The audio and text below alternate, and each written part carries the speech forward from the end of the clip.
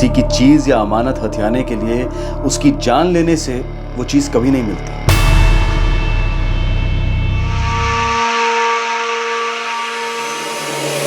अगर कुछ मिलता है तो वो है बर्बादी, अपनी जिंदगी की बर्बादी।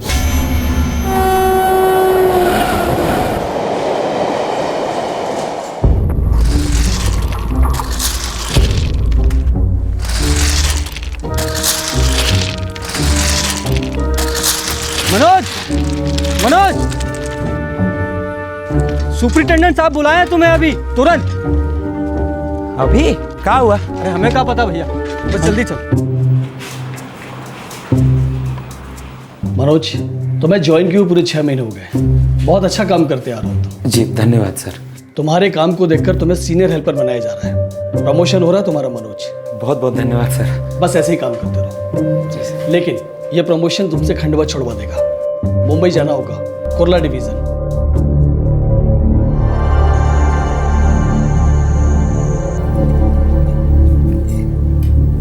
ये तो बहुत बढ़िया बात है मनोज बेटे। और बाबूजी 6 पे कमीशन के हिसाब से तनख्वाह भी बढ़ा के मिलेगी। भाई वाह, ये तो सोने पे सुहागा। मुंबई की मुंबई और तरक्की की तरक्की। हाँ भैया, बस एक बार आप वहाँ सेटल हो गए तो फिर मैं भी आऊँगा मुंबई।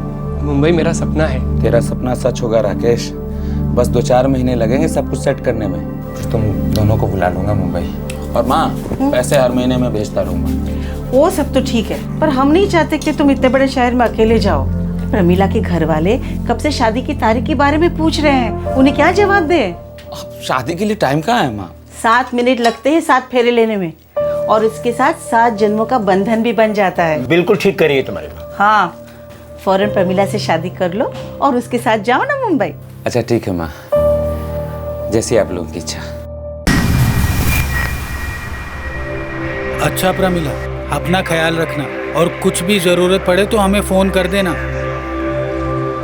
मनोज, हमारी बहन का ख्याल रखना। जयेश भैया आप चिंता ना करिएगा, वहाँ पर पहले ही से सब कुछ सेट है। प्रमिला वहाँ खुश रहेगी। और सुनो, तुम दोनों अपना अपना काम करते रहना है। जैसे ही सही लगेगा तुम दोनों को मुंबई बुला लूंगा। लाओ। हाँ खुश। हाँ आ जा तू।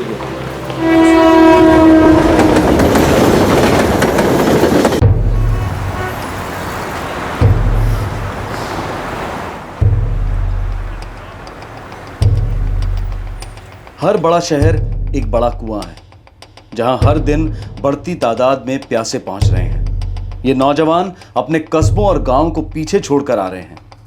एक ऐसा भविष्य तलाश रहे हैं जो उन्हें अपने इलाके में कभी नसीब नहीं हो सकता। लेकिन ऐसा क्यों है? हर शहर गुब्बारे की तरह फूल रहा है। लोगों की बहती धारा रुकने का नाम नहीं लेती। इमारतें और ऊंची होती जा रही हैं, पर घरों के कमरे और सिकुड़ते जा रहे हैं। हर सांस के लिए कंपटीशन, लेकिन बेहतर जिंदगी का सपना टूटने का नाम नहीं लेता। शहरों की तरफ ये बेहिसाब माइग्रेशन एक सीरियस दस्तक है कि हमारे देश में प्रगति और विकास की कथा शायद वाकई एक कथा है, मिथ्या है।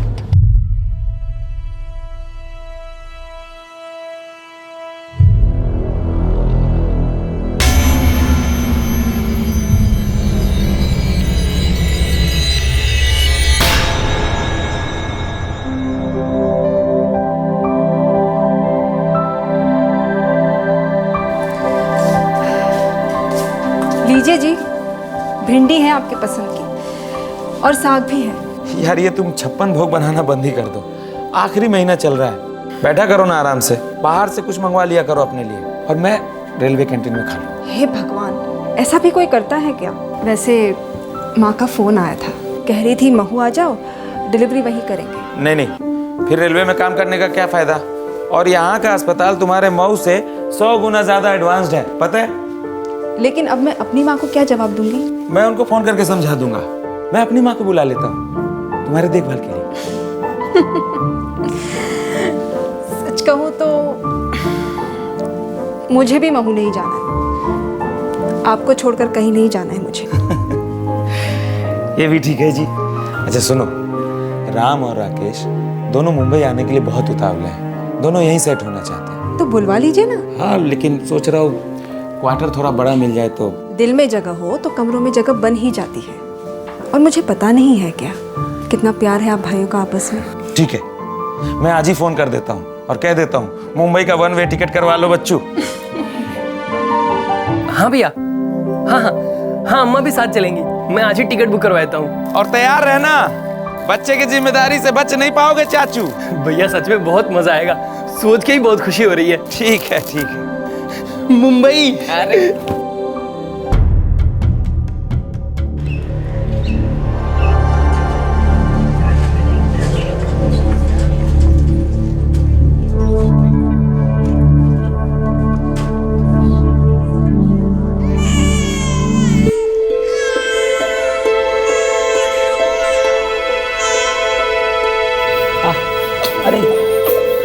अरे प्रमिला, ये तो बिल्कुल तुम्हारी तरह है, बिल्कुल जीरोक्स। लगता है अब आपका चश्मा लगाने का वक्त आ गया है। अरे यहाँ किसी से भी पूछिए, सब यही कहेंगे कि आप ही की कॉपी है। अच्छा, इसी से पूछ लेते हैं ये कैसा दिखता है। हाँ हैं? आइए, तुम किसकी तरह दिखते हो? हाँ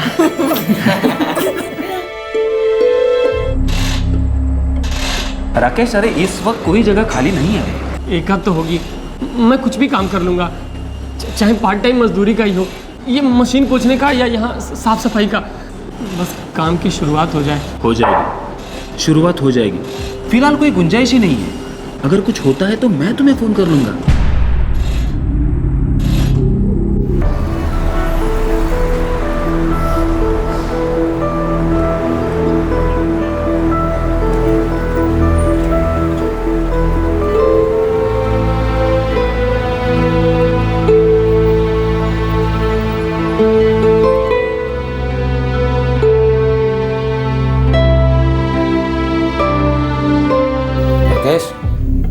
ये रोटी नहीं खाने से काम थोड़ी ना जल्दी मिल जाता है। भैया देखिए ना, मैं भी 1 हफ्ते से हाथ पैर मार रहा हूँ, कुछ काम ही नहीं आता हाथ में। आपको ना राम भैया अपनी पढ़ाई नहीं छोड़नी चाहिए थी। मैं तो कहती हूँ कि आप फिर से अपनी पढ़ाई शुरू कर दो, फिर एक हाथ में डिग्री होगी तो दूसरे हाथ में नौकरी, वो भी पक्की अफसर वाली।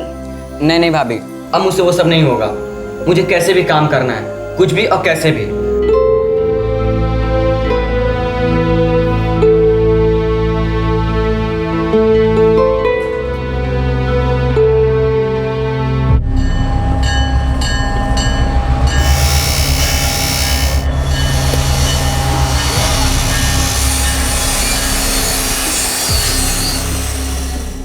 भैया मुझको भी यहीं अपने यार्ड में कोई काम दिलवा दीजिए।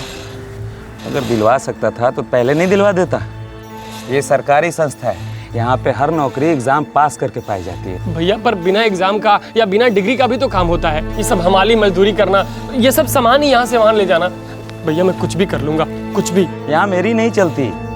खंडवा होता तो किसी न किसी से बात करके कोई ना कोई सेटिंग करवा देता, लेकिन ये मुंबई है, यहाँ पे 2 करोड़ लोग अपनी अपनी सेटिंग में लगे हुए हैं। यहाँ नौकरियाँ बहुत है, लेकिन उसको पाने के लिए किसी न किसी का हाथ चाहिए सर पे। भैया अगर ये सब काम आप मुझे नहीं दिलवा सकते हैं तो कम से कम कूली का ही बिल दिलवा दीजिए। अगर मेरे हाथ में सब कुछ होता तो तुम्हारे आने से पहले तुम्हारी व्यवस्था नहीं कर देता। और कूली का बिल्ला कोई मामूली चीज समझते हो?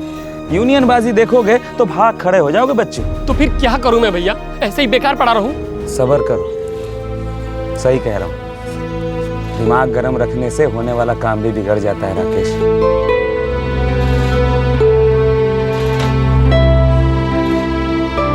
मनोज मुंबई ट्रांसफर पर आया था। उसकी सेंट्रल रेलवे में सीनियर हेल्पर की नौकरी थी, एक तरीके से सिक्योर था। लेकिन उसके दोनों भाई राकेश और राम मुंबई की जॉब मार्केट की भूल भुलैया में खो गए थे। डेली मजदूरी भी डेली बेसिस पर नहीं मिल रही थी। कोई एक फिक्स्ड करियर, कोई एक फिक्स्ड नौकरी दोनों भाइयों से आंख में चोली खेल रही थी। और मुंबई छोड़कर वापस जाने के बारे में ये दोनों सोच भी नहीं रहे थे, जिसकी वजह से फ्रस्ट्रेशन लेवल्स काफी हाई हो गए थे।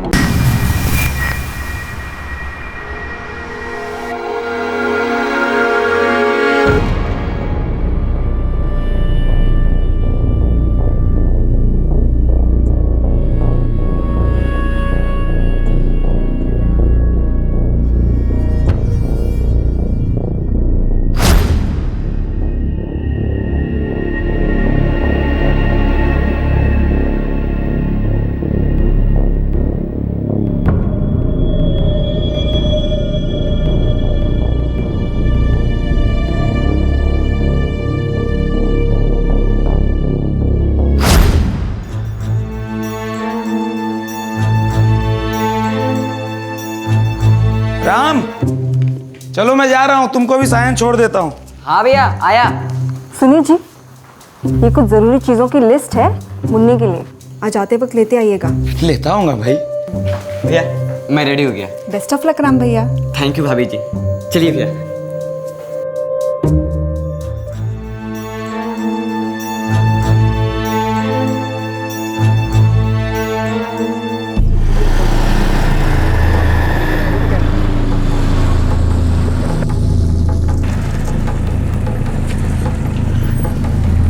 अच्छे से इंटरव्यू देना। जी भैया। अगर उन्होंने इंटरव्यू में वहीं के वहीं कोई आधी टेढ़ी बात कर दी या ये कह दिया कि ये नौकरी हम किसी और को दे रहे हैं, तो मुस्कुराते निकलना, ठीक है? अरे तुमको कोई और नौकरी मिलेगी। चलो।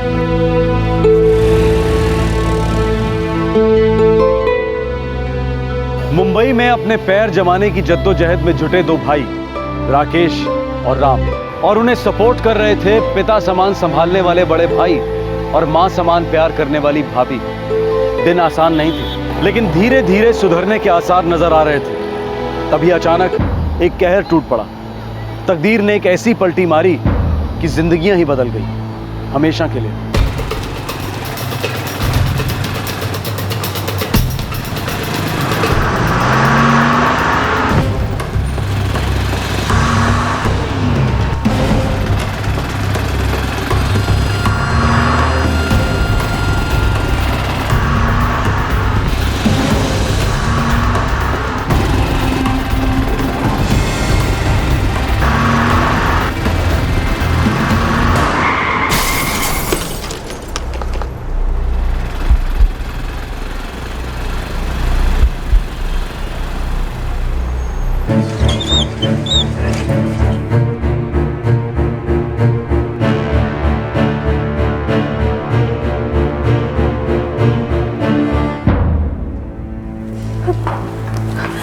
डॉक्टर साहब, देखिए हालत बहुत नाजुक है, क्रिटिकल है, रीढ़ में कंपाउंड फ्रैक्चर्स हैं। मुझे मिलना है उनसे। नहीं नहीं, अभी कोई नहीं मिलेगा, थोड़ी देर बाद में।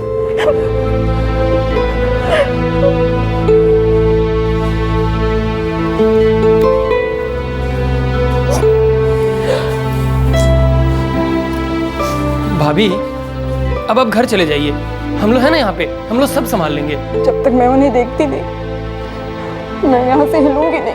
भाभी जब भैया को होश आ जाएगा तो हम लोग आपको खुद ही बुला लेंगे। रीढ़ की हड्डी काफी बुरी तरह से डैमेज हुई है। वो आप पहले भी बता चुके हैं डॉक्टर साहब, आप बस ये बताइए कि ये ठीक कब तक होंगे।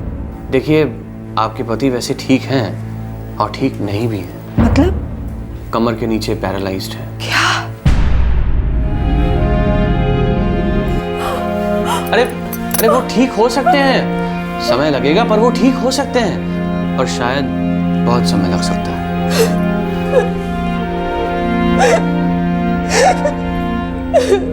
प्रमिला, तुम्हारे पति मनोज की सारे यार्ड में बड़ी इज्जत है। देखो तुम किसी चीज़ की चिंता मत करना, मनोज के इलाज में कुछ खर्च नहीं होने वाला है। रेलवे हॉस्पिटल हमारे लोगों के लिए ही तो है। और हाँ, मनोज की तनख्वाह, पूरी की पूरी तनख्वाह महीने के आखिर में तुम्हारे हाथ में पहुंच जाएगी, सब कुछ पहले की तरह। और देखना, देखते ही देखते अपना मनोज फिर से काम पर होगा। धन्यवाद सर। देखो तुम्हें किसी भी चीज़ की ज़रूरत हो, किसी भी तरह की मदद की ज़रूरत हो तो सीधे यार्ड में चली आना, ठीक है? चलता हूँ। नमस्ते।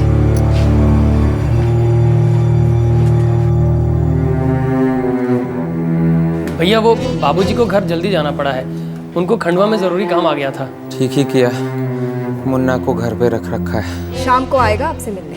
हमारी वजह से तुम्हें बहुत तकलीफ हो रही होगी ना प्रमिला?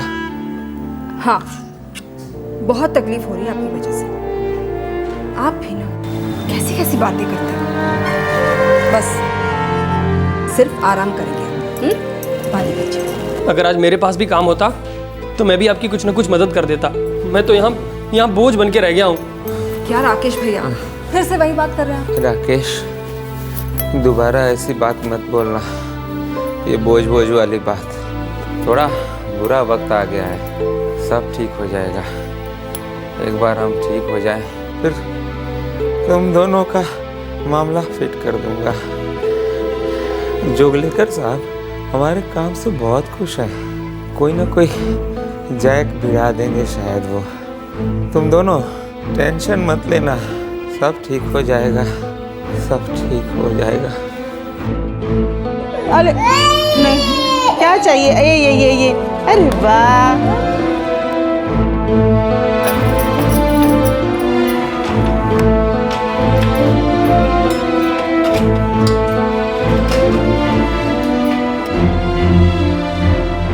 अम्मा मैं हॉस्पिटल जा रही हूँ। प्रमिला, जी भैया।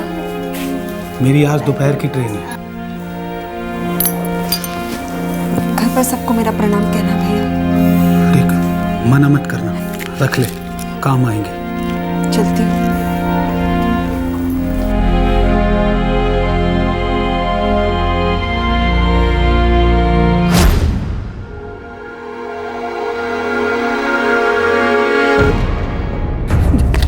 जयेश भाई, जयेश भाई, राम, अम्मा, भाभी को कुछ हो गया है। हो गया मतलब? क्या हुआ बाबू को?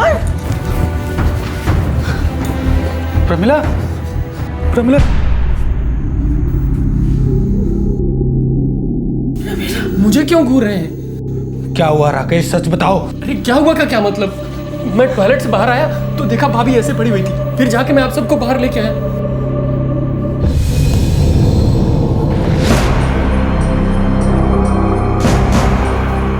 दरवाजा तो अंदर से बंद है, फिर किसने किया होगा ये सब?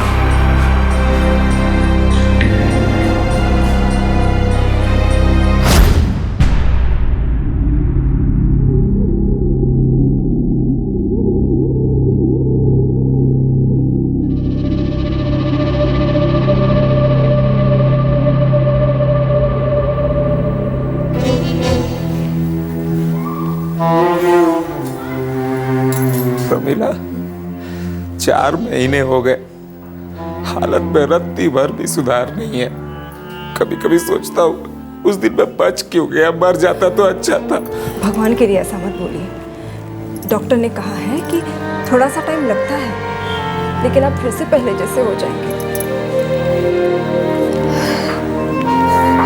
ये दवाइयों की लिस्ट है, आधे घंटे में चाहिए।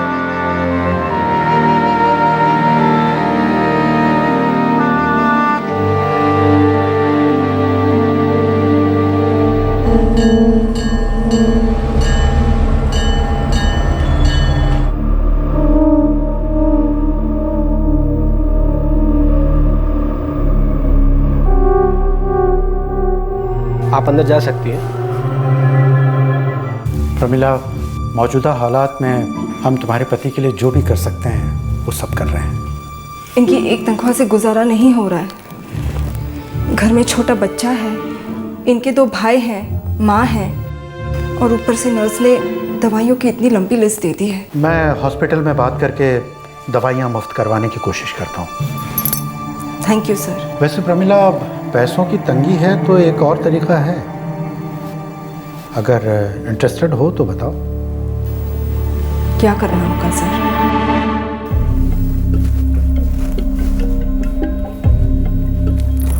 राम भैया, 5 गोलियां देनी है भैया को, और मैंने अलग से सफेद पर्ची में निकाल के रखी है, खाने के बाद देना। ठीक है भाभी। अच्छा अम्मा, मैं चलता हूँ। संभाल के जाना। हाँ ठीक है। जा। बहू, हाँ तुम भी तो खाना खा लो ना। खा लूंगी अम्मा, पहले मुन्ने को खिला दो। अच्छा ठीक है, जाओ और खा ले।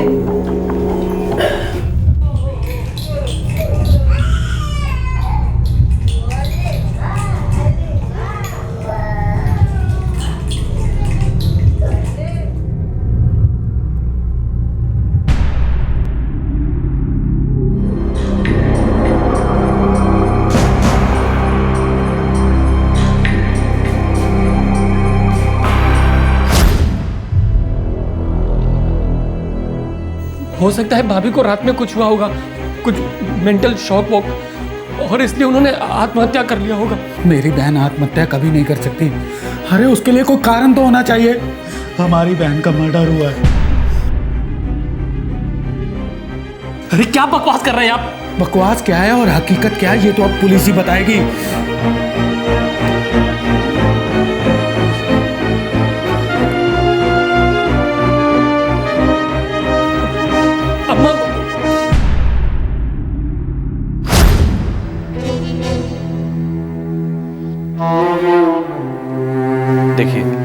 8 महीने हो चुके हैं। मनोज की हालत में कोई इम्प्रूवमेंट नहीं हुई। साथ ही पीठ के सहारे लेट लेट कर मनोज की पीठ पर छाले भी पड़ चुके हैं। अब आपको अपने दिल पर पत्थर रखकर ये कबूल करना होगा कि क्या डॉक्टर साहब?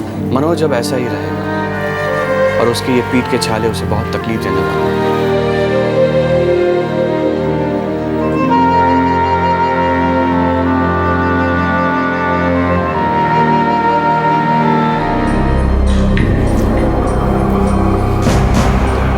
भाभी, आपसे बात करनी है।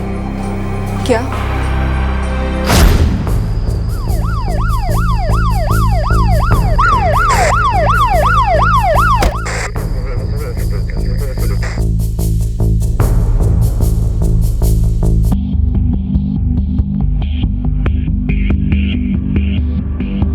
सर दरवाज़ा अंदर से बंद था।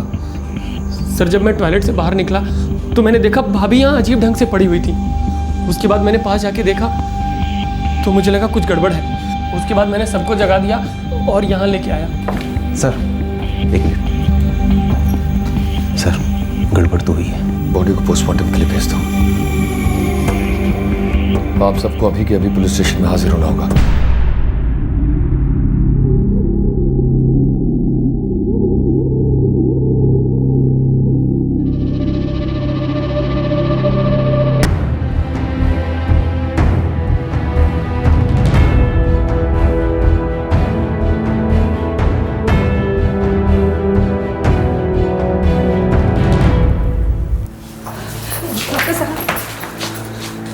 देखिए, हमने जी तोड़ मेहनत की, लेकिन मनोज की हालत काफ़ी ख़राब हो चुकी थी। हम उन्हें बचा न सके।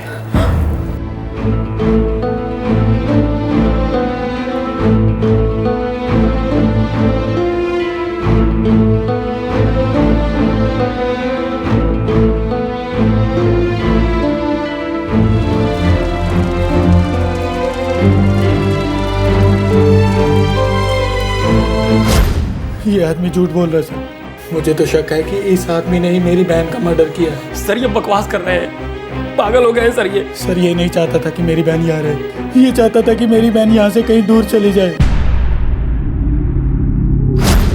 जयेश भैया, आपसे बात करनी है। बोलो। भैया, भाभी को लेके वापस घर चले जाइए। ऐसे दुख में रहना और जिंदगी भर तड़पते रहना अच्छा नहीं है। और उनके पास तो पूरी जिंदगी है, उनकी तो दोबारा शादी भी हो सकती है। अच्छा सुझाव है, पर यह समय उचित नहीं है। कुछ दिन बीत जाने दो, और उसके पहले मैं प्रमिला की मर्जी भी जान लेना चाहता हूँ।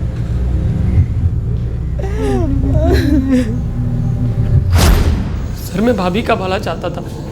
मैं चाहता था दोबारा उनका घर बस जाए, वो फिर से सेटल हो जाए। इसमें क्या गलत है सर? ये आदमी साफ साफ झूठ बोल रहा है सर। इसके दिमाग में उस समय भी कोई ना कोई गेम चल रही थी। कैसा गेम? भैया, ये राकेश भैया ठीक नहीं है, गलत इरादे हैं उनके भैया। साफ साफ कहो, क्या कहना चाहती हो तुम? वो एक अरसे से यही चाह रहे हैं कि मैं इस घर से चली जाऊं। मनोज के जाने के पहले से ही वो इस कोशिश में है भैया। ये क्या कह रही हो तुम? भाभी, आपसे बात करनी है। क्या? अब आप वापस अपने घर चले जाइए। भैया की और मुन्ना की मैं और राम मिलकर देखभाल कर लेंगे। कैसी उटपटांग बातें कर रहे हो राकेश भैया? मैं अपने पति और बच्चे को छोड़कर कैसे जा सकती हूँ? भाभी कैसी बात कर रही हैं आप क्यों नहीं समझ रही हैं? बहुत कठिन और लंबा रास्ता पार करना पड़ेगा, और यहाँ रुक के वैसे भी आप कुछ नहीं कर पाएंगी। राकेश भैया, क्या इरादा है आपका? आप साफ साफ कहते क्यों नहीं कि क्या चाहते हैं आप?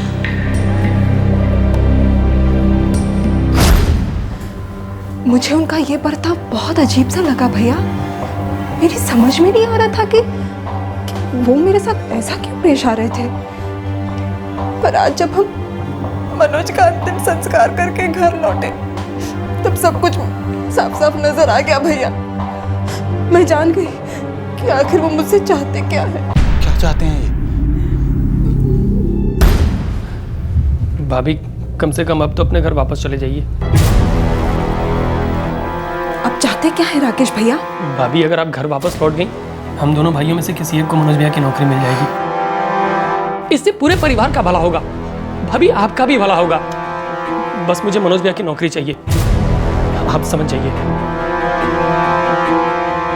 रेलवे में और दूसरी कई सरकारी नौकरियों में जब किसी एम्प्लॉय की एक्सीडेंट में या किसी और कारण से अचानक मृत्यु हो जाती है तो उसी की तनख्वाह के लेवल का दूसरा जॉब उसके सबसे करीबी रिश्तेदार को ऑफर किया जाता है। इस केस में मनोज की खस्ता हालत को देखते हुए रेल अधिकारियों ने उसकी पत्नी प्रमिला को पहले से ही नौकरी ऑफर कर दी थी जब मनोज जिंदा था, लेकिन बिस्तर से हिल नहीं पा रहा था। वैसे प्रमिला, पैसों की तंगी है तो एक और तरीका है, अगर इंटरेस्टेड हो तो बताओ। क्या करना होगा सर? देखो, हम दोनों ये अच्छी तरह से जानते हैं कि मनोज की हालत रातों रात तो ठीक नहीं हो सकती, और शायद ये भी हो सकता है कि वो कभी ठीक ही ना हो पाए। फिलहाल मैं तुम्हारे लिए इतना कर सकता हूँ कि तुम्हारा नाम रेलवे की नौकरी के लिए प्रपोज करूँ। आप बड़े दयालु हैं सर, इससे मुझे और मेरे परिवार को बड़ी मदद मिल जाएगी सर। लेकिन सर, मुझे पता नहीं है कि मैं ये नौकरी कर पाऊंगी भी या नहीं। ज़रूर कर पाओगे। अपने परिवार से इतना प्यार करती हो तो काम भी बहुत जल्दी सीख जाओगे। ये फॉर्म लो, इत्मीनान से पढ़कर भर देना।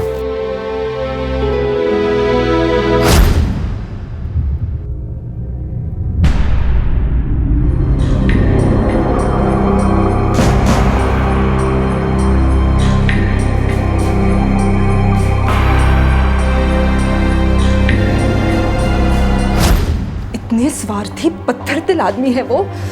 मनोज ने उनके लिए क्या कुछ नहीं किया भैया, और आज वो मेरे और मनोज के बच्चे की परवाह तक नहीं कर रहे हैं, सीधे उनकी नौकरी को हड़पना चाहता है। भैया भैया मैं कहाँ जाऊंगी? मुन्ने की परवरिश कैसे होगी भैया? और मैं नहीं चाहती कि मेरा और मनोज का बच्चा किसी की भी मेहरबानी पर पले पड़े। ऐसा कुछ भी नहीं होगा, तू बेझिझक होके वो नौकरी शुरू कर दे। और देख, तेरा भाई है ना तेरे साथ, तुझ पे और मुन्ना पे मैं कभी कोई आंच नहीं आने दूंगा।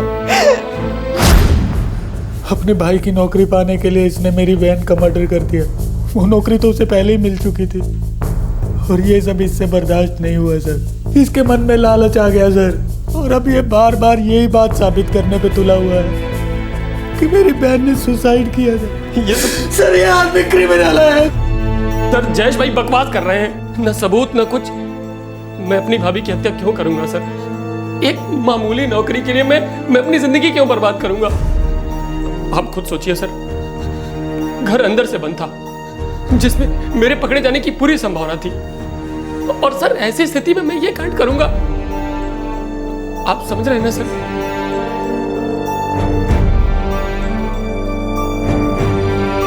पीड़ित प्रमिला का बड़ा भाई जयेश बार बार प्रमिला के देवर राकेश के ऊपर शक की उंगली उठा रहा था, और मौजूदा सबूत भी राकेश की तरफ ही इशारा कर रहे थे। लेकिन राकेश डटकर इन आरोपों का खंडन कर रहा था। वो सिर्फ एक ही बात पर अड़ा रहा कि उसकी भाभी ने आत्महत्या की थी। आखिरकार राकेश का छोटा भाई प्रमिला का सबसे छोटा देवर राम टूट गया, और उसने किया एक शॉकिंग खुलासा। राम, तुम्हारे भाई मनोज ने तुम सबकी जिंदगी बेहतर बनाने के लिए खूब मेहनत की। उनके जाने के बाद तुम्हारी प्रमिला भाभी ने तुम्हें माँ का प्यार दिया। उनके कंधों पर एक नन्ही सी जान की जिम्मेदारी थी। तुम्हें लगता है उन्होंने सुसाइड किया होगा? राकेश भी और मैंने भाभी को खूब समझाने की कोशिश की कि वो अकेले शहर में ये नौकरी करके मुन्ना को नहीं बड़ा कर पाएंगे। ये शहर गीत की तरह नोच नोच कर खा जाएगा दोनों को, मगर हमारी बातें भी सुनती दो। भाभी, मैं और राम 1 साल से नौकरी के चक्कर में धक्के खा रहे हैं। बस यही एक चांस मिला है। अगर ये नौकरी मुझे मिल गई तो मैं कहीं ना कहीं राम को भी फिट कर दूंगा। भाभी, हम वादा करते हैं हम मुन्ना को अपने बच्चे जैसा पालेंगे। और आपके पास तो पूरी उम्र है, आप तो दोबारा शुरुआत कर सकती हैं। आपकी तो दोबारा शादी भी हो सकती है। राम और राकेश दोनों मुंबई आने के लिए बहुत उतावले हैं। दोनों यहीं सेट होना चाहते हैं। तो बुलवा लीजिए ना। क्वार्टर थोड़ा बड़ा मिल जाए तो। दिल में जगह हो तो कमरों में जगह बन ही जाती है। मैं आज ही फोन कर देता हूँ और कह देता हूँ मुंबई का 1 वे टिकट करवा लो बच्चू।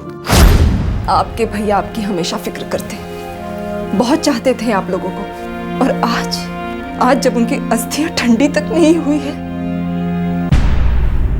आप दोनों की उनकी नौकरी पर नजर है। भाभी अगर हम नजर नहीं रखेंगे तो कोई बाहर का तीसरा बाजी मार ले जाएगा। ये मुंबई है भाभी, यहाँ दाहिने पैर के लिए बायां पैर रुकता नहीं है। ये कोई महू या खंडवा नहीं है कि मदद के लिए पूरा का पूरा गांव उमड़ के आ गया। और आप तो यहाँ टिक भी नहीं पाएंगी, गारंटेड आप यहाँ टिक नहीं पाएंगी। ऊपर से आप नौकरी करेंगी, बच्चे को संभालेंगी, पागल हो गई आप। पगला तो तुम दोनों गए हो, लालच में पगला गए हो। अरे मेरी फिक्र करना छोड़ ही दो तुम लोग। मेरे पास मेरे पति का बेशुमार प्यार है, ताकत है और हिम्मत है। मैं जैसे तैसे निभा लूंगी मुंबई में। तुम दोनों जाओ यहाँ से और अपने लिए कुछ करने की फिक्र करो। और राकेश भैया, आपको ये नौकरी तो मिलने से रही, इसका ख्याल भी अपने दिमाग से निकाल दो। तुम्हारे राकेश भैया ने तुम्हारी भाभी सगे भाई मनोज की पत्नी प्रमिला की हत्या की या नहीं?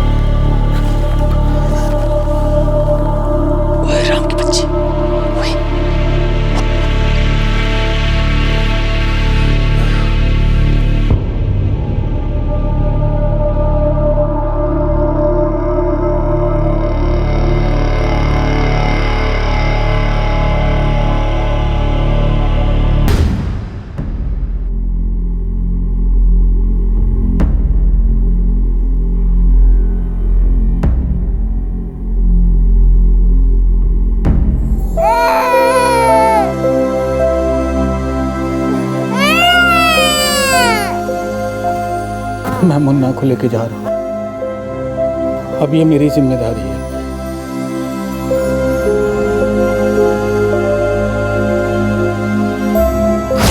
बस 2-4 महीने लगेंगे सब कुछ सेट करने में, फिर तुम दोनों को बुला लूंगा और माँ हर महीने पैसे मैं भेजता रहूंगा।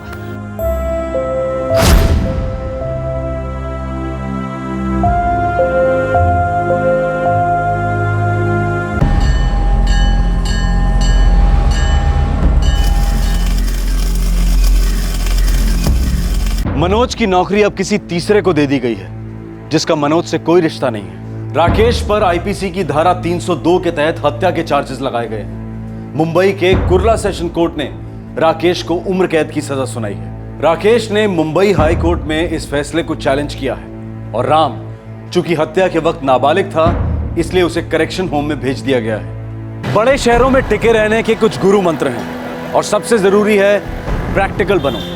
यहाँ कुछ भी हो जाए कुछ फर्क नहीं पड़ता, बस आपको सरवाइव करना है। सारे देश से लोग सिर्फ 2-4 महानगरों की तरफ ही क्यों निकल पड़ते हैं? क्या भविष्य सुधारने के लिए इनके अलावा और दूसरा कोई साधन नहीं है, कोई विकल्प नहीं है? शहरवासी जब किसी खूबसूरत कस्बे या गांव में जाते हैं तो खुली हवा में सांस लेते हुए उनके होठों से ये बात निकल ही जाती है, वाह, इसे कहते हैं असली जिंदगी। और इसके बिल्कुल विपरीत हजारों लाखों गांववासी इस बात पे दृढ़ विश्वास रखते हैं कि अगर जिंदगी में कुछ करना है, कुछ बनना है, तो शहर जाना होगा।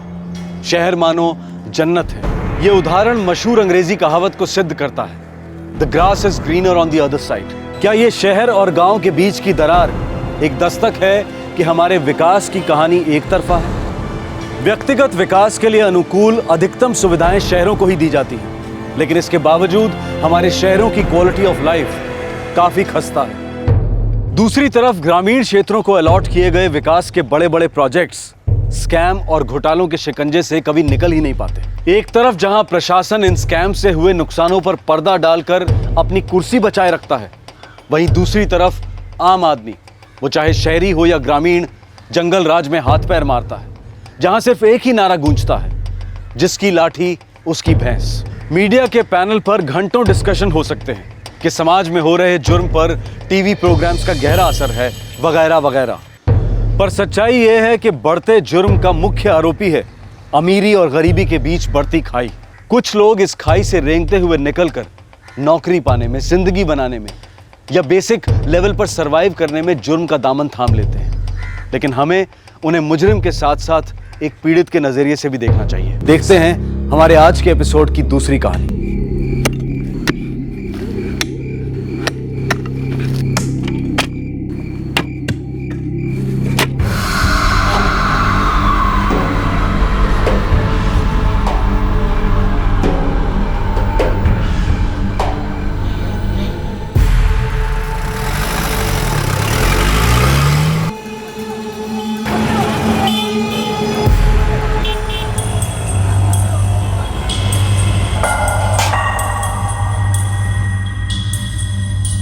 सात 700 ग्राम है। 18 लाख तक तो मिलेगा। लेकिन बिल तो नहीं है ना तुम्हारे पास? कुछ सोच समझ कर बोलो। अभी मार्केट में इसका 18 लाख मिलेगा, मानता हूँ, लेकिन बिना बिल का 18 लाख कोई नहीं देगा। देखो जितने में जाएगा उतने में जाएगा, करो कुछ। अभी 3 लाख दूंगा, फिर बाद में देखते हैं, जब बिके जितने बिके। ठीक है चलेगा। बिना बिल का माल है तो मेरा कमीशन 10% की जगह 20% होगा। हाँ वो भी चलेगा, पहले ग्राहक तो खड़ा करो। हाँ वो हो जाए। ये तुम्हारा 3 पेटी है। एक 700 ग्राम का गोल्ड बार, मार्केट वैल्यू 18 लाख रुपए। लेकिन ये सोना गैर कानूनी था, इसका कोई बिल नहीं था। आखिरकार ये सोना आया कहां से था? क्या ये स्मगलिंग का माल था? क्या इस पर किसी के खून के निशान थे? कई सवाल दस्तक दे रहे थे कि इस सोने में कुछ खोटा है।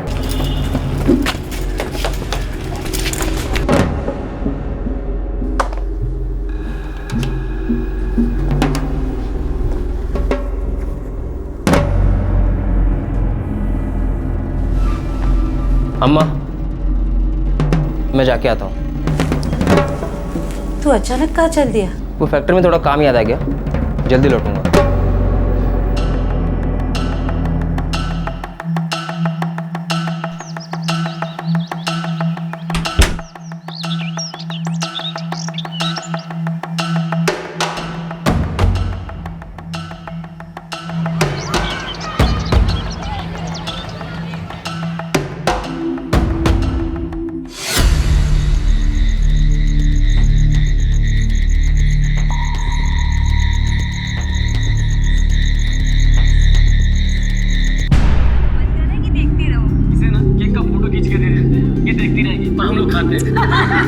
नारायण, जगदीश लौटा नहीं अभी तक? बोला था जल्दी आऊंगा, जरा देखना बेटा। तुम भी क्या अम्मा, काम में होंगे भैया, आ जाएंगे। अरे छुट्टी के दिन भी ऐसा क्या काम आ गया उससे? तुम भी ना अम्मा। ये ले यहाँ पड़ा है। आपके द्वारा डायल किया गया नंबर स्विच ऑफ है। काम में है। कैसे पता चला? फोन स्विच ऑफ है अम्मा।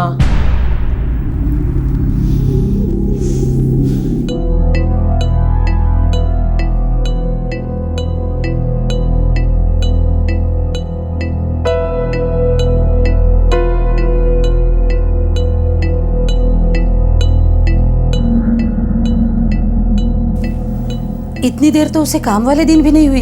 आज हुई होगी, घर को सर पर क्यों उठा रही हो? आ जाएंगे भैया।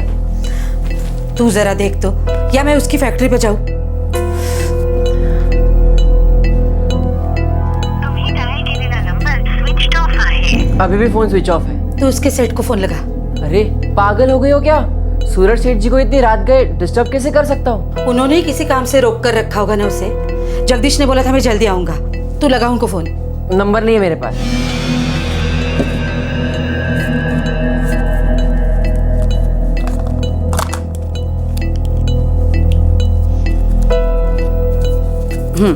ये ले नंबर, फोन लगा।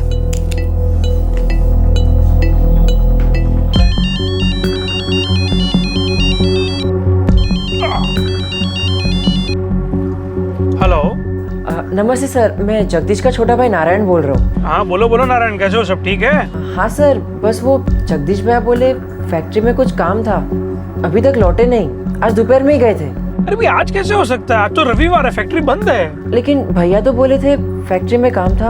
अच्छा देखो, शायद हो सकता है मेरा जो पार्टनर है ना महेश, उसने बुलवाया हो। हाँ? एक काम करो, उसके मोबाइल पे ट्राई कर लो ना। स्विच ऑफ है सर, और अम्मा भी थोड़ी परेशान है।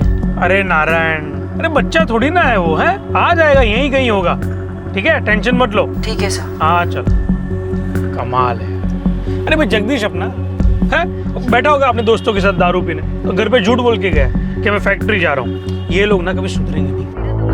इसे ना केक का फोटो खींच के देखती रहेंगी और हम लोग खाते हैं।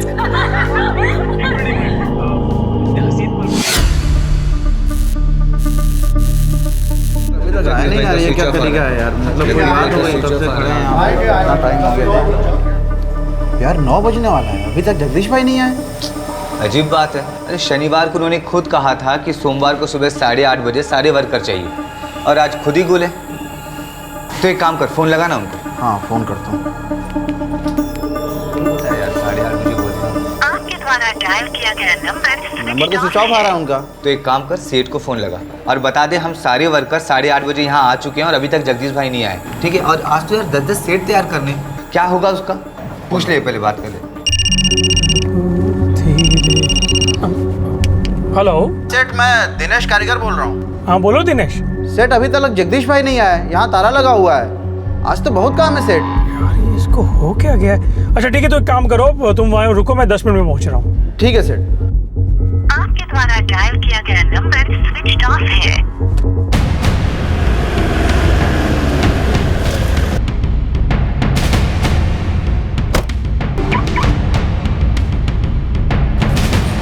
आया जगदीश? अभी तक नहीं आया सर।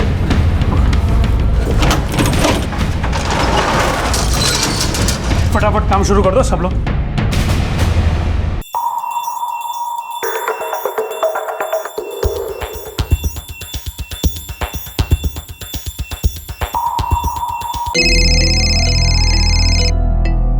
जी सूरज सेठ। अरे जगदीश सो रहा है क्या? उठाओ उसे। नहीं सेठ जी, बोला था आपको, कल दोपहर से जो गया अभी तक नहीं लौटा। अच्छा ठीक है, वो जैसे ही घर आएगा ना उसे बोलो मुझे तुरंत फोन करे। जी सेठ जी। कुछ पता चला? नहीं अम्मा, बस इतना पता चला भैया कल फैक्ट्री नहीं गए और आज सुबह भी वहाँ नहीं पहुँचे। हे भगवान, कहाँ गया होगा जगदीश?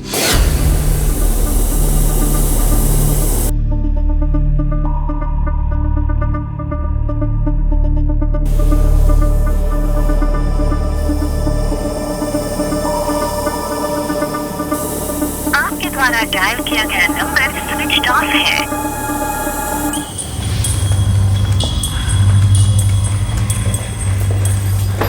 हाय। हाय महेश। अरे हाँ संचित भाई। संचित भाई टेंशन मत लो, आपको माल मिल जाएगा। हाँ हाँ मिल जाएगी, डिलीवरी मिल जाएगी टाइम पे।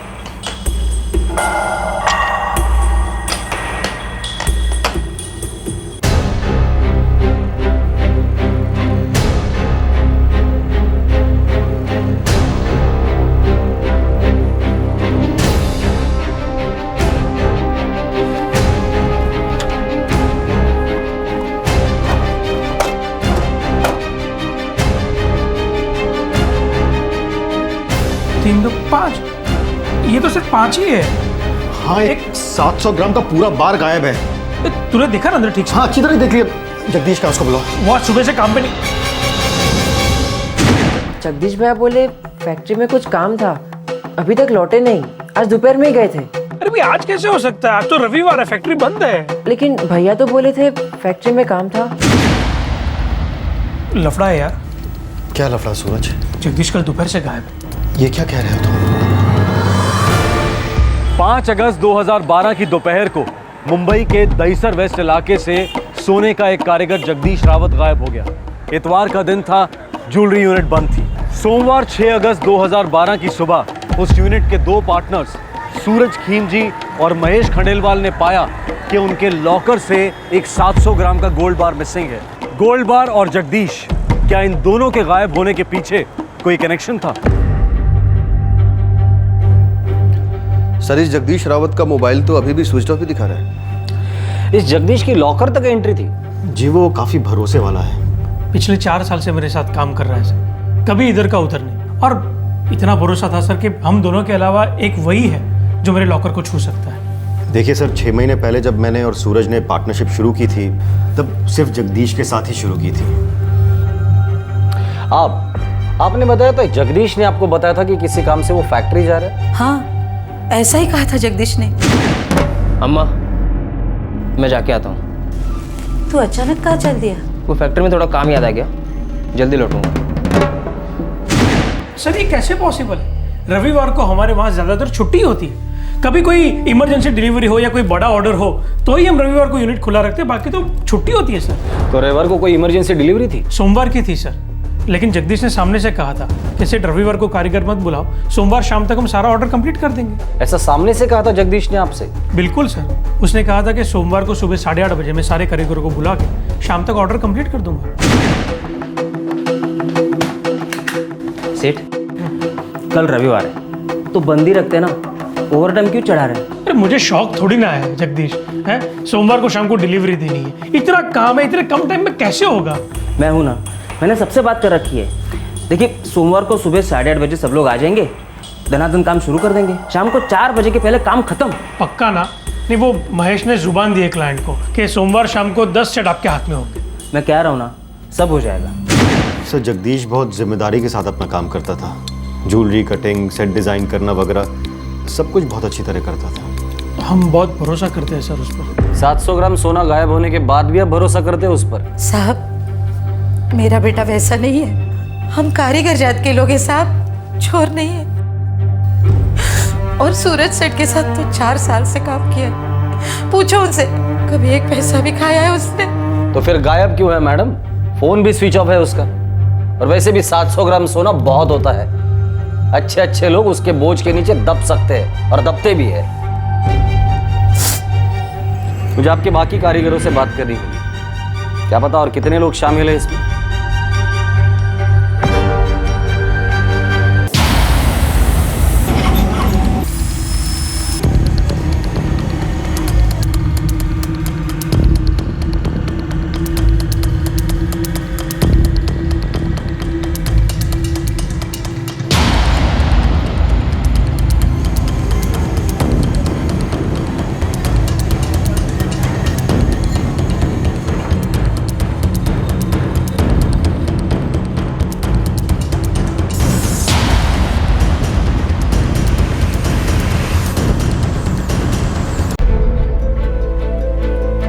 फोन अभी भी स्विच ऑफ आ रहा है अम्मा।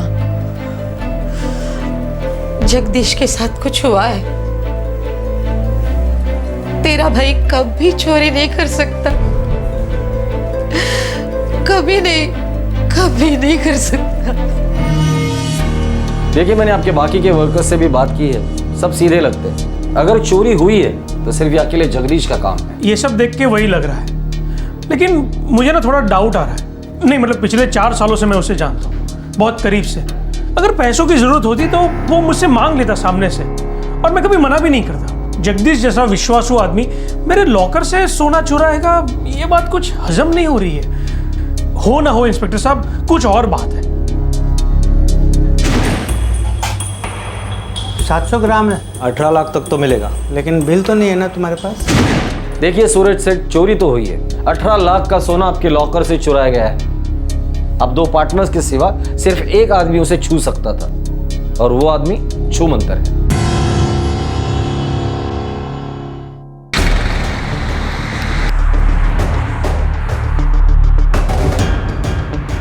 सर वहाँ पे इतने सारे ज्वेलरी सेट्स थे, 6 गोल्ड बार भी था, फिर उसने एक ही क्यों चुराया? पाटिल उसे पता था एक से ज्यादा उसके लिए भारी पड़ सकता है, उसकी लालच सिर्फ 18 लाख तक की थी। सर ये भी तो हो सकता है कि उसकी लालच किसी और की थी और ये बस एक मोहरा था। महेश यार, आई एम रियली सॉरी यार। नहीं सूरज, तुम क्यों सॉरी बोल रहे हो? तुम और मैं तो सपने में भी नहीं सोच सकते थे कि तेरा 4 साल पुराना सबसे वफादार कारीगर ऐसा करेगा। पता नहीं उसने ऐसा किया क्यों। नारायण सच सच बोल, जगदीश ने कभी तुझसे कुछ बात की थी? कुछ भी? क्या अम्मा, थोड़ी देर पहले बोल रहे थे कि भैया ऐसा कभी नहीं कर सकते, और अभी तू भी उन लोग जैसे सोच रही है। देख ये तो कोई जवाब नहीं हुआ, तू सच सच बता। अभी लिख के दूं? बोला ना नहीं, कुछ नहीं बोला। मनीषा को तो बोला होगा, जरूर बोला होगा।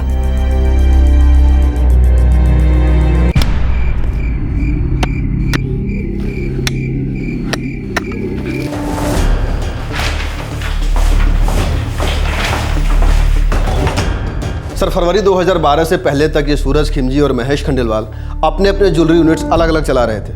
वैसे दोनों कई सालों से हैं इस लाइन में। मतलब फरवरी 2012 में वो दोनों साथ मिल गए? जी हाँ सर, इस साल फरवरी में दोनों ने अपने अपने ज्वेलरी यूनिट्स को साथ में मिला दिया और पार्टनरशिप शुरू की। अच्छा, ये जगदीश के सेलफोन की आखिरी लोकेशन क्या है? सर अलीबाग। अलीबाग?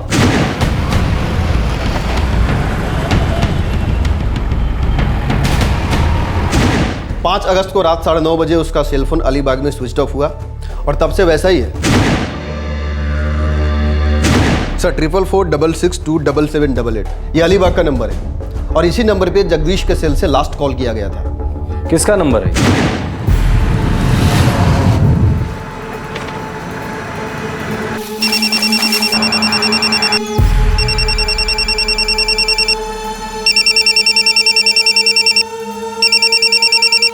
हाँ जगदीश। मनीषा, मैं अलीबाग आ रहा हूँ। क्यों, क्या हुआ? सर ये नंबर किसी मनीषा पाटिल के नाम पर रजिस्टर्ड है। ये मनीषा पाटिल कौन है?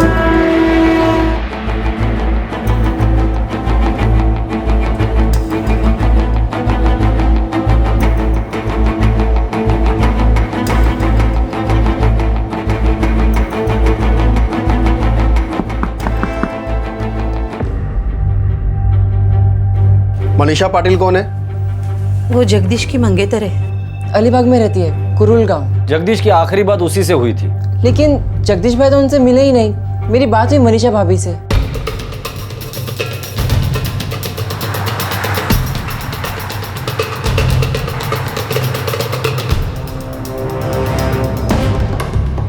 पाटिल, अब तक तो इस जगदीश के बारे में सब लोग अच्छा ही बोल रहे हैं।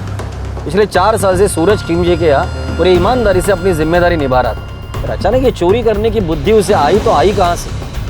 उसकी मंगेतर मनीषा का क्या रोल है इसमें? और वो उसे मिलने क्यों गया था? सर शायद वो मनीषा पाटिल से मिलने गया ही नहीं था।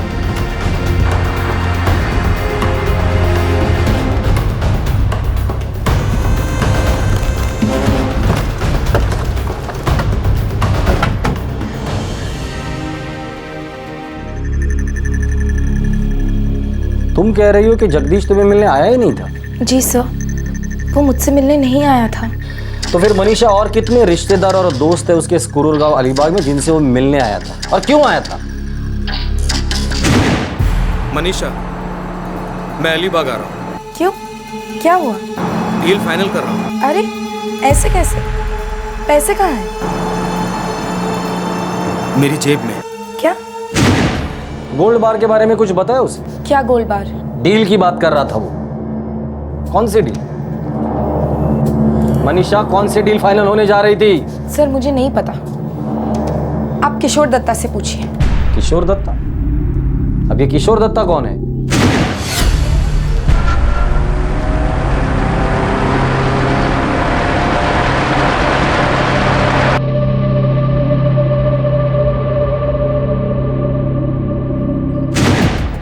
बताओ मनीषा, कौन है ये किशोर दत्ता? तुम्हारे मंगेतर जगदीश और इस किशोर का रिश्ता क्या है? जगदीश पहले यहीं कुरुल गांव में काम करता था। एक ज्वेलरी की फैक्ट्री है यहाँ। और किशोर? किशोर उस यूनिट में इलेक्ट्रिकल काम करता था।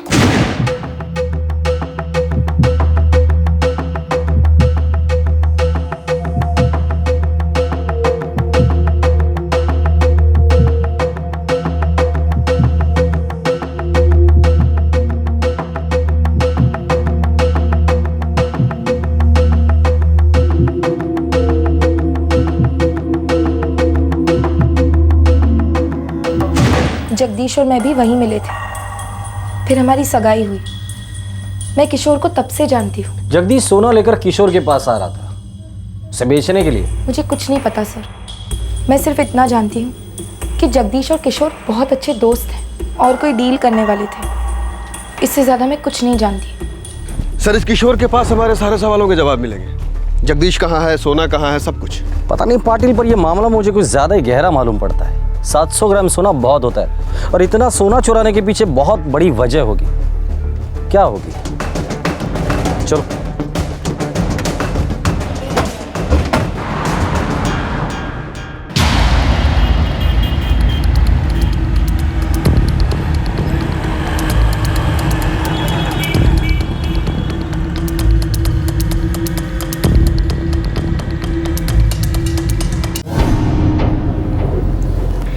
700 ग्राम। वो भी 24 कैरेट। बिना बिल का सोना है? अरे कांति भाई, बिल तो आते जाते रहेंगे, सोना तो सोना है ना। हाँ, सोना वही है जो बिके, और खुले मार्केट में ये बेचना सबसे मुश्किल है। अरे कांति भाई, तो ऐसे मत बेचो ना, जेवर बना दो इसके। कोई माइक का लाल नहीं पहचान सकेगा कि ये जेवर का सोना कौन से मार्केट से आया। बोलो। 20,000 तोले के हिसाब से 14 लाख रुपए दूंगा, उससे 1 रुपए ज्यादा नहीं। आप भी क्या याद करोगे कांति भाई कि क्या सौदा किया था। 14 पेटी मंजूर नक्की हो।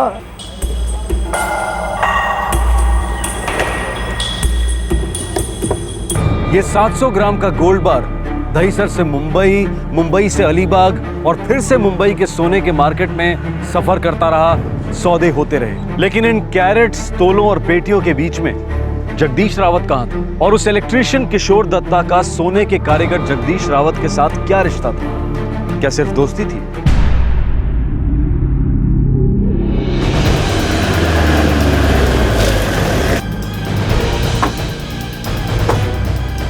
किशोर दत्ता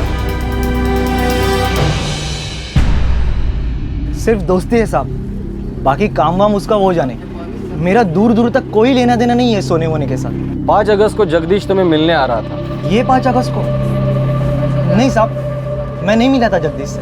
हमें पता है 5 अगस्त को जगदीश तुम्हें मिलने आ रहा था। हमें यह भी पता है कि तुम दोनों के बीच में कोई डील होने जा रही थी। वकालतमंदी इसी में है कि सब कुछ साफ साफ बता दे, वरना करंट का ऐसे झटका दूंगा ना तुझे, जिंदगी भर के लिए इलेक्ट्रिक की लाइन भूल जाएगा। साहब मैं कसम खा के कहता हूँ साहब, मैं 5 अगस्त को जगदीश से नहीं मिला था साहब, और ये डील विल के बारे में मुझे सच में कुछ नहीं मालूम साहब। अच्छा छोड़, ये बता सोने के साथ क्या करने वाले थे तुम दोनों? सोना?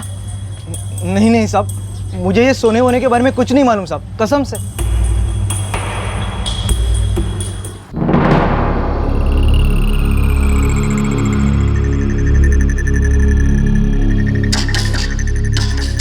सर, रविवार 5 अगस्त को इस किशोर का सेलफोन 12 बजे स्विच ऑफ हुआ और उसी दिन शाम को 7 बजे फिर से ऑन हुआ। 7 बजे के बाद की लोकेशन क्या थी? वापले गांव। वापले गांव बोले तो यहाँ से 10 किलोमीटर दूर है। 5 अगस्त को दिन भर कहाँ थे और क्या क्या किया? जल्दी बोल। सर वो रविवार था तो सुबह सुबह थाने गया था अपने दोस्त के यहाँ। अक्खा दिन वहीं पे था, लौटते लौटते लेट हो गया। दोस्त का नाम और पता बोल। दरअसल सर, मैं जब दोस्त के यहाँ गया तो उसके घर पे ताला लगा। उसका मोबाइल नंबर दे।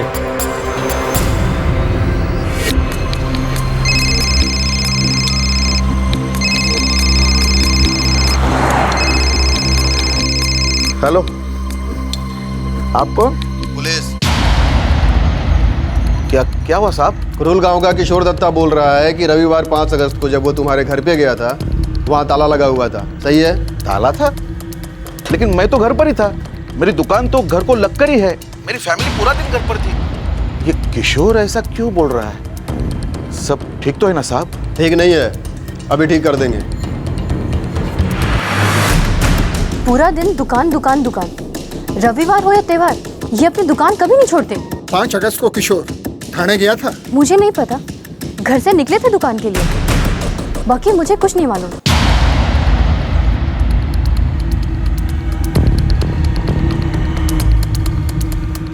देख किशोर, बहुत झूठ बोल लिया तूने। अभी एक और झूठ बोला ना तो तुझे एक ही इलेक्ट्रिक का शॉक दूंगा, बड़ा वाला। नहीं साहब। जगदीश रावत कहाँ है?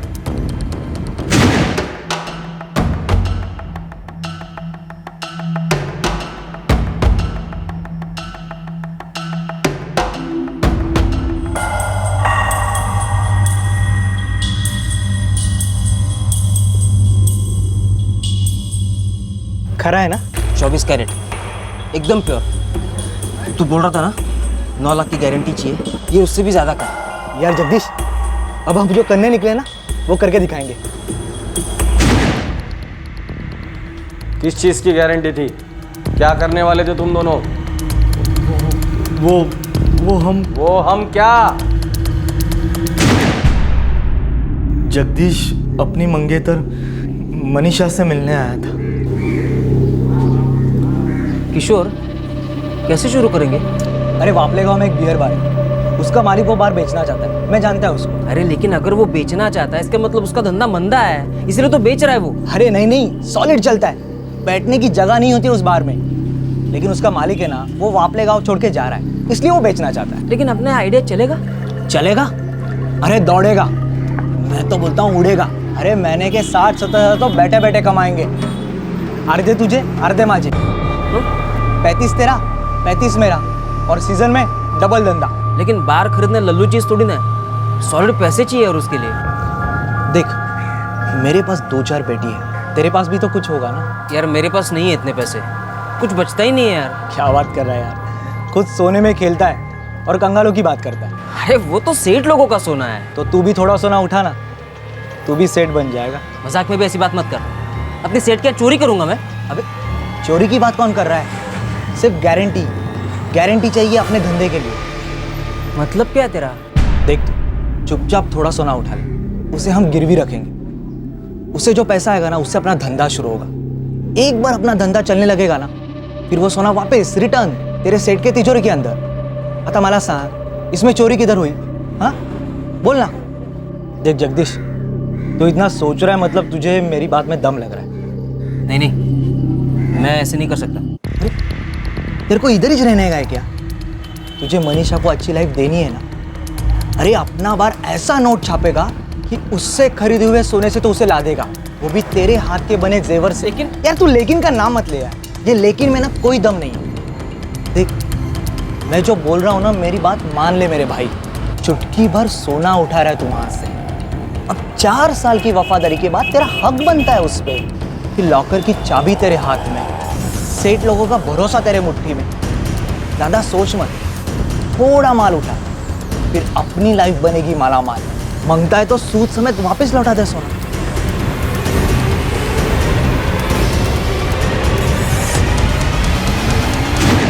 तो जगदीश सोना लेकर तुम्हारे पास आया था? जी आया था। टॉप माल है ना? इससे टॉप पूरी इंडिया में कहीं नहीं मिलेगा। परसों ही हमारे महेश सर लेकर आए ऐसे 6 बार, पूरे 700 ग्राम का है। कितने मिलेंगे? 4-6 पेटी? और बोल 10? और बोल 15? ना 18। मार्केट में पूरे 18 लाख मिल सकते हैं इसके। बहुत तेरी।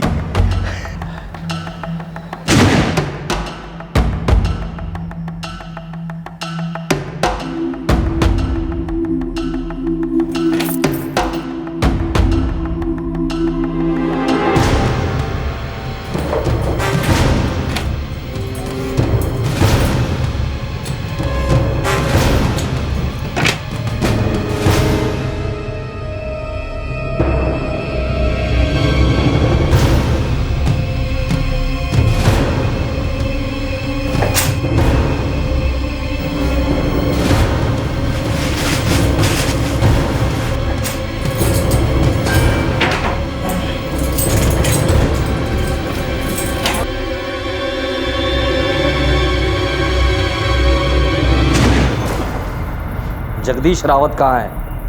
बोल। जगदीश रावत एक ईमानदार सोने का कारीगर था जो खुद अपना एक छोटा सा धंधा शुरू करना चाहता था। अपने दोस्त किशोर के बहकावे में आकर उसने जुर्म की दुनिया में कदम रखा। उसने अपने बिजनेस को फाइनेंस करने के लिए अपनी ज्वेलरी फैक्ट्री से सोना चुराया। जगदीश रावत के मालिक उस पर भरोसा करते थे और उसने वो भरोसा तोड़ दिया। जगदीश अभी हम ना उस बियर बार में जाते हैं, मस्त एक ठंडी ठंडी बियर मारते और फिर गर्मा गर्म डील करते उससे मालिक से। यार अपनी लाइफ तो सेट है। हा? चल चल।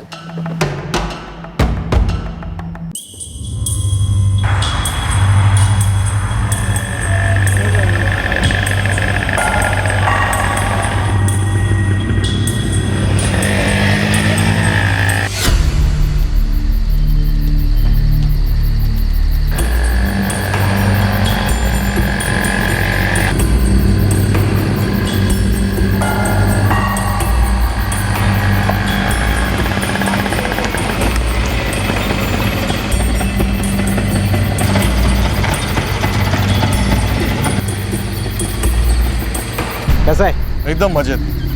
जगदीश ये गोपाल, गोपाल साने, और ये केशव भोसले। हेलो। वो जो बार है ना, वो इनका है। अब कुछ ही देर में अपना हो जाएगा। लेकिन इस वीराने में बार?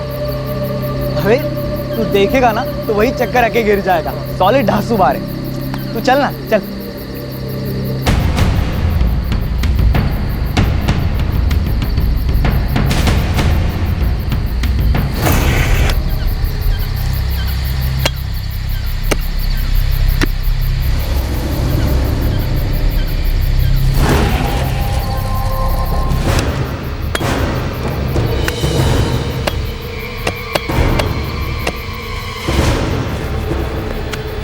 किशोर, अबे क्या मजाक है?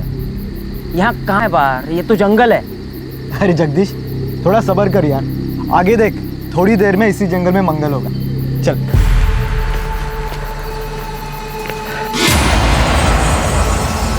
ये क्या है, गड्ढा? ये गड्ढा नहीं है मेरे प्यारे दोस्त, ये बिस्तर है। अब तू यहीं सोए हमेशा के लिए। किशोर, तू ऐसे कैसे कर सकता है? तू मजाक कर रहा है ना? तू मजाक कर रहा है ना? नहीं, सच। हम तुझे इसमें गाड़ने वाले हैं। वो मैं चीटिंग किया तेरे साथ, सोना निकलवाने के लिए। तू ऐसे नहीं कर सकता। तू दोस्त है ना मेरा दोस्त है ना तू मेरे से चीटिंग कैसे कर सकता है? वैसे ही जैसे तूने अपने सेठ लोगों के साथ किया है। लेकिन वो तो तेरा ही आइडिया था ना? हाँ, तो ये भी मेरा ही आइडिया है।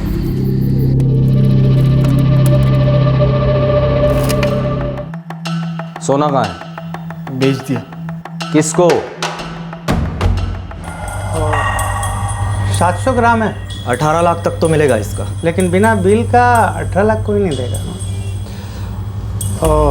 अभी 3 लाख दूंगा और फिर देखते हैं बाद में, जब बिके जितने बिके हो।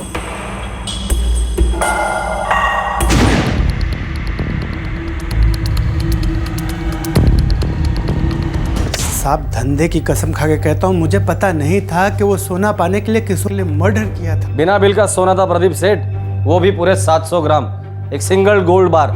क्या सोच के खरीदी किया था? उसके दादी का सोना है वो। हाँ, बड़ी गलती हो गई साहब, कान पकड़ता हूँ, आइंदा नहीं करूँगा। सोना कहाँ है वो? सवेरी बाजार मुंबई में बेचा था। वो दुकान बता सकता हूँ मैं आपको जहाँ बेचा था।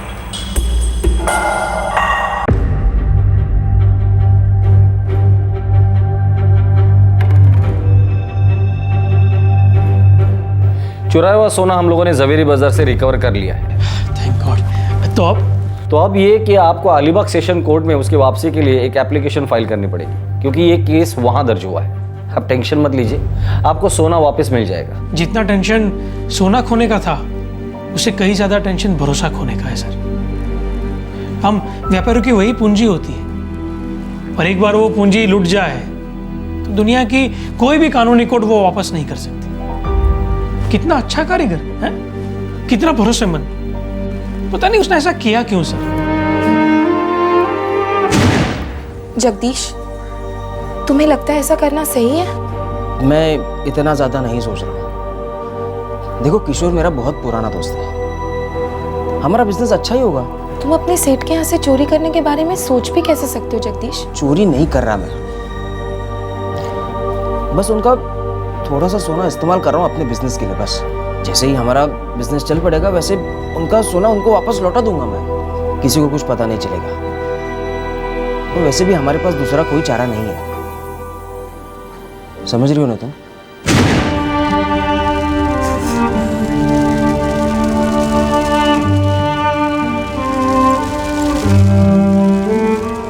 किशोर दत्ता, केशव भोसले और गोपाल साने फिलहाल अलीबाग के रेव डांडा पुलिस की कस्टडी में हैं। उन पर आईपीसी की धारा 302 और 201 के तहत मर्डर और सबूत मिटाने के चार्जेस लगे हैं। अलीबाग के जौहरी प्रदीप संघवी ने बेल के लिए एप्लीकेशन दी है। गलत ढंग से कमाया गया पैसा जिंदगी में किसी को आगे नहीं बढ़ाता, किसी भी बिजनेस को नहीं चलाता। आजकल के करप्शन और स्कैम्स के जमाने में शायद सच्चाई और ईमानदारी की बातें किताबी लगे। अगर हम अपने दादा दादी, नाना नानी या माता पिता से पूछें कि उन्होंने हमें कैसे पाल पोस कर बड़ा किया, तो ज्यादातर लोगों का एक ही जवाब मिलेगा, मेहनत से, ईमानदारी से।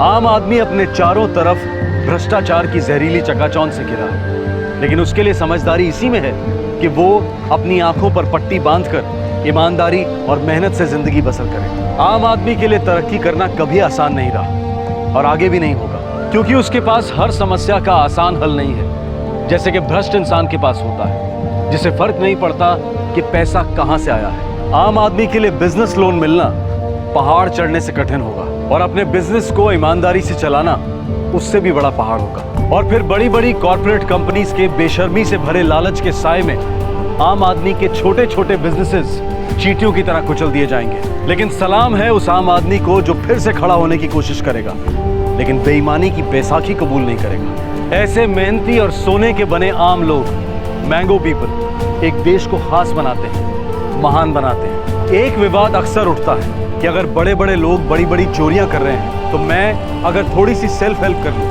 या छोटा सा शॉर्टकट ले लूं तो वो तो चोरी नहीं है। सॉरी, वो चोरी ही है। आपके लिए, मेरे लिए, सारे समाज के लिए चोरी की रोटी है, और वो कभी हजम नहीं होती, खासकर आम ईमानदार आदमी के पेट में। और यही खासियत है आम आदमी की। आपसे फिर मुलाकात होगी क्राइम पेट्रोल दस्तक में एक और नए केस के साथ। इस तरह के और भी एपिसोड देखने के लिए हमारे चैनल को सब्सक्राइब करें और बेल आइकन दबाना ना भूलें।